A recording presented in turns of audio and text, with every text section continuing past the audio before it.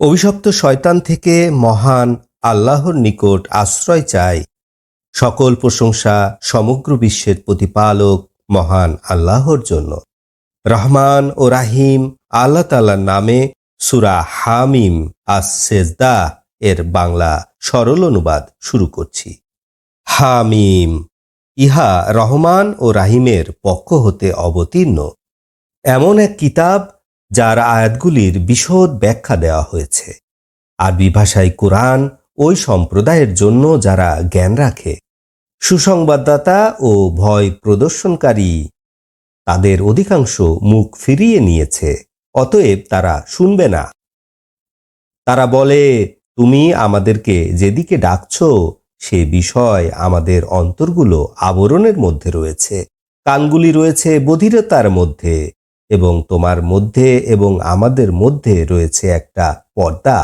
তুমি তোমার কাজ করো, আমরা আমাদের কাজ করি। আপনি বলুন, আমি তোমাদের মতো মানুষ, আমার কাছে ওহী পাঠানো হয়। নিশ্চয়ই তোমাদের উপাস্য হচ্ছে এক উপাস্য।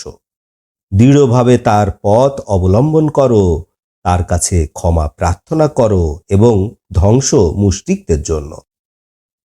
যারা যাকাত দেয় না এবং তাদের অবস্থা এরূপ যে তারা পরকালকে অবিশ্বাস করে। নিশ্চয় যারা বিশ্বাস করেছে এবং ভালো কাজ করেছে তাদের জন্য রয়েছে বিনা হিসাবে প্রতিদান।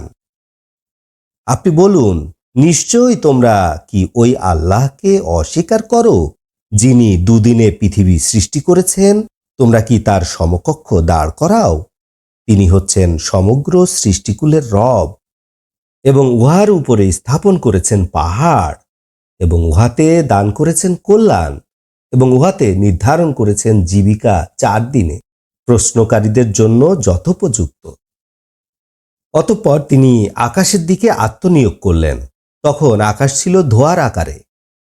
অতঃপর আল্লাহ তাআলা আকাশসমূহকে এবং পৃথিবীকে বললেন, তোমরা কর্তব্য পালন করো ইচ্ছায় অথবা অনিচ্ছায়। তখন তারা উভয় বলল, আমরা অনুগত হয়ে আসলাম। অতঃপর তিনি আকাশমণ্ডলীকে সপ্ত আকাশে পরিণত করলেন 2 দিনে এবং প্রত্যেক আকাশে তার আদেশ জারি করলেন এবং নিকটতম আকাশকে উজ্জ্বল আলো দ্বারা সাজালাম এবং সুরক্ষিত করলাম। ইহা হচ্ছে মহাজ্ঞানী পরাক্রমশালী আল্লাহর নির্ধারণ।